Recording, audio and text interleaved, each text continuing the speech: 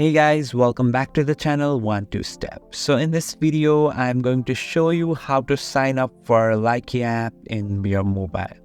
So it's very easy. First of all, you need to download your Likee app from App Store or Play Store. So here I have already downloaded my app. Just click on the Likee here. And to get sign up, you just have to click on the bottom right corner in the person icon. And here you need to sign up quick. So you can either sign up from Facebook, your mobile number, Google or Wiki account. So now I'd like to just click on the quick sign up and here write a username, date of birth, your gender.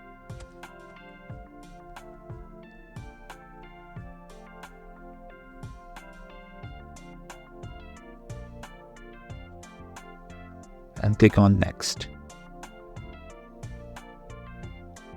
So here you can just connect with contacts or skip. So just click on your gender to show on profile or not. So I like to just hide it and click on this male.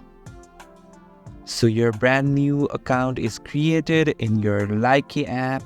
Thanks for watching the video. If you find this video helpful, please subscribe the channel and do not forget to hit the like button. Thank you.